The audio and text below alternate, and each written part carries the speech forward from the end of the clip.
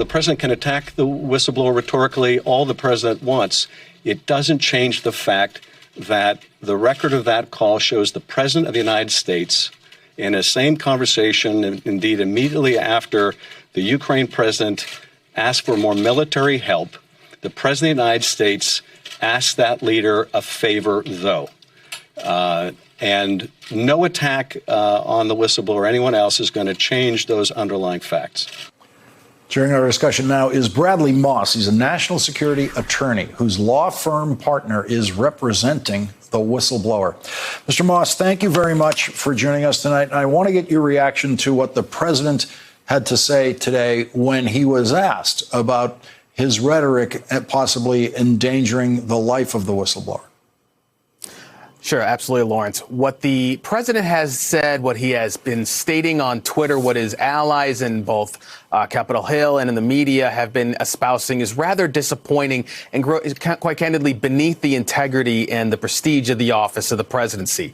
To be very clear, this whistleblower did this by the book and through the proper procedures. This person wrote the complaint, him or herself.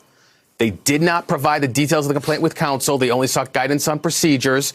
No one on the committee saw the complaint before it went to the inspector general. The legal team never saw this complaint until it was released by Congress prior to last week's testimony. This whistleblower did everything correctly, did everything properly, and is now being attacked for political reasons. And that is grossly unprofessional by the president. What about the New York Times report today that the whistleblower approached a staff member of the House Intelligence Committee?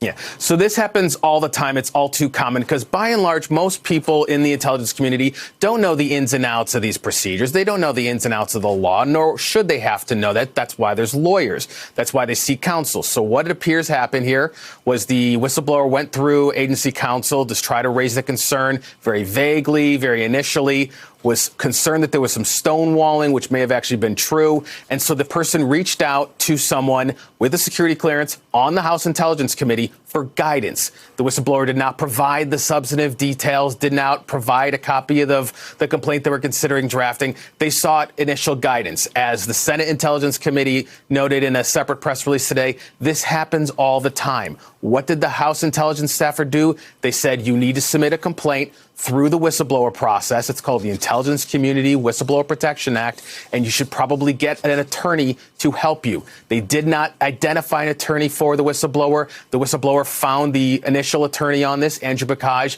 on his or her own because Mr. Bakaj has his own expertise in the area and is very experienced on these matters.